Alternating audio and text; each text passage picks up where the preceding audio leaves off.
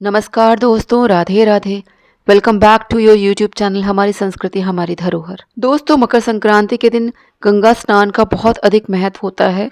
गंगा के तट पर और गंगा जी में दीपदान का भी बहुत अधिक महत्व होता है।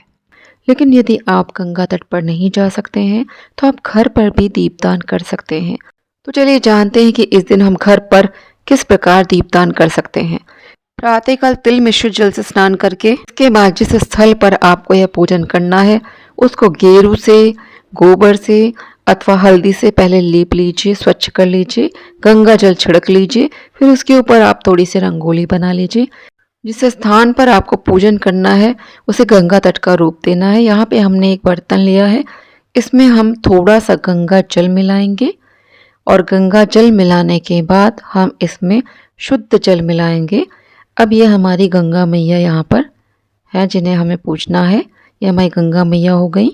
अब हमको यहाँ पर गन्ने अवश्य लेने हैं।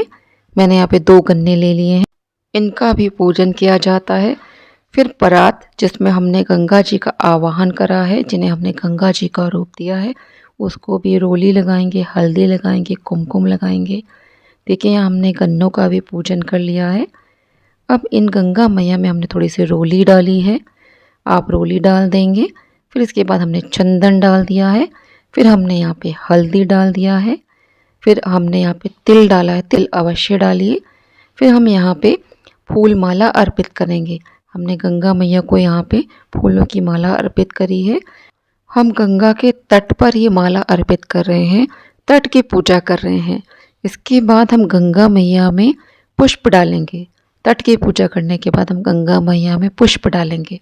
अब हमने गंगा मैया में पुष्प डाले हैं। अब गंगा मैया के तट पर हम गंगा मैया को वस्त्र रूपी रक्षा सूत्र यहाँ पर समर्पित कर रहे हैं।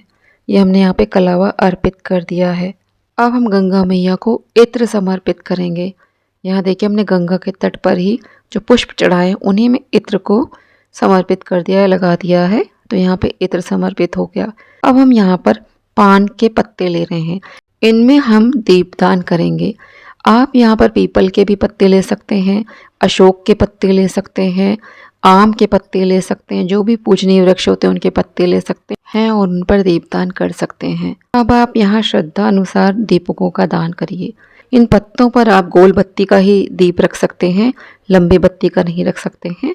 आप तिल के तेल का भी दीपक बना सकते हैं यहाँ पर। अब दीपदान करने से पहले हमने यहाँ पे पत्ते रख दिए हैं, ये हमने आसन दिया है, इसके ऊपर हम दीपक रखेंगे। तो सबसे पहले हमने यहाँ पर पत्ते रख दिए। आप चाहे तो यहाँ पे अक्षत रख सकते हैं, आप यहाँ पे तिल रख सकते हैं। दीपकों को किसी ना किसी के ऊपर रखा जाता है, ज़मीन पर डायरेक्टली नहीं रखा जाता है। अब हम इन पत्तों को भी पूज ले रहे हैं। हमने इसके ऊपर रोली लगाया है, हम हल्दी भी लगाएंगे, कुमकुम लगाएंगे, इस पे हम अक्षत छिड़केंगे, भोग स्वरूप मिश्री चढ़ाएंगे, पुष्प अर्पित करेंगे। इसके बाद दीपकों को इसके ऊपर रखेंगे। अब देखिए मैं यहाँ पे पुष्प भी थोड़े से रख रही हूँ, पुष्प द्वारा भी पूजन कर ले रही हूँ। ये दीपकों का आसन है, इसकी पूजा अच्छे से करनी चाहिए। इन दीपों पे हम मिश्री और तिल रख देंगे, तिल डालकर ही इन दियों को जलाया जाएगा। ये देखिए मैं यहाँ पे गोल बाती होती है उसको मैंने घी में डुबो के बनाया हुआ है, इसके ऊपर वही रखी जाती है। लंबी बाती इसमें थोड़ा सा प्रॉब्लमेटिक हो जाता है, इसमें पॉसिबल नहीं है रखना। ये देखिए आप भी क्या करेंगे कि घी को थोड़ा सा पिघला लेंगे धीमी आंच में। उसके बाद ये जो रुई की बाती होती है उसको इसमें डिप कर लेना, बहुत अच्छी तरह से डिप करना है कि इस बाती को पूरी तरह से घी में भिगो देना है। जब ये फुल्ली घी में भीग जाएगी तो इसमें घी अच्छी तरह से लपट जाएगा, तो इसके बाद ये अच्छी तरह से प्रज्वलित हो जाएगी। अगर बहुत तेज़ हवा चल रही हो तो इसी बाती के ऊपर थोड़ा सा कपूर का मिश्रण डाल दें, उसको थोड़ा सा पीस लें हाथ में, फिर डाल देंगे तो बहुत अच्छी तरह से बाती जलती है। ये 5 दिए मैं गंगा जी में प्रज्वलित करूँगी। इसमें हम लोग अभी तिल डालेंगे। देखिए मैं तिल डाल रही हूँ, तिल डालकर ही आपको दिए जलाने हैं। और मैंने बाकी के दिए गंगा तट के किनारे किनारे रखे हैं। टोटल मेरे 14 दिए हैं। आपको कम से कम 14 दिए ज़रूर जलाने चाहिए इस दिन। यहाँ हमने दीपक को जला लिया है। अब हम गंगा जी में दीपदान कर रहे हैं। अब हम इसको देखिए हाथ से थोड़ा आगे की ओर बढ़ाएंगे दीपक को। यहाँ देखिए मैंने जब पहला दीपक जलाया था तो उसको हाथ से थोड़ा सा आगे बढ़ा दिया था, आपने ध्यान दिया होगा। इसी तरह बढ़ाना चाहिए। फिर बाकी सारे दीपक मैंने उसी में जलाकर प्रज्वलित करके रख दिए हैं।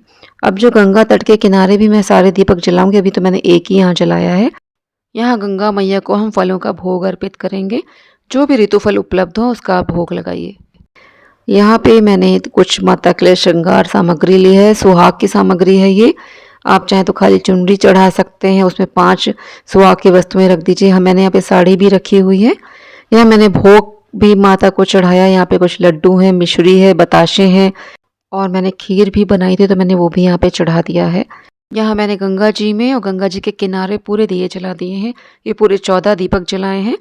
आप 14 नहीं जला सकते हैं तो आप जितने जला सकते हैं उतने दीपक जलाइए। यहाँ देखिए जिसमें मैं गंगा जल रखती हूँ, ये मेरा केन है, इस पे मैंने इसकी भी पूजा कर ली है। आप गंगा जली की भी पूजा कर सकते हैं। कुमकुम, रोली सब कुछ अर्पित करिए।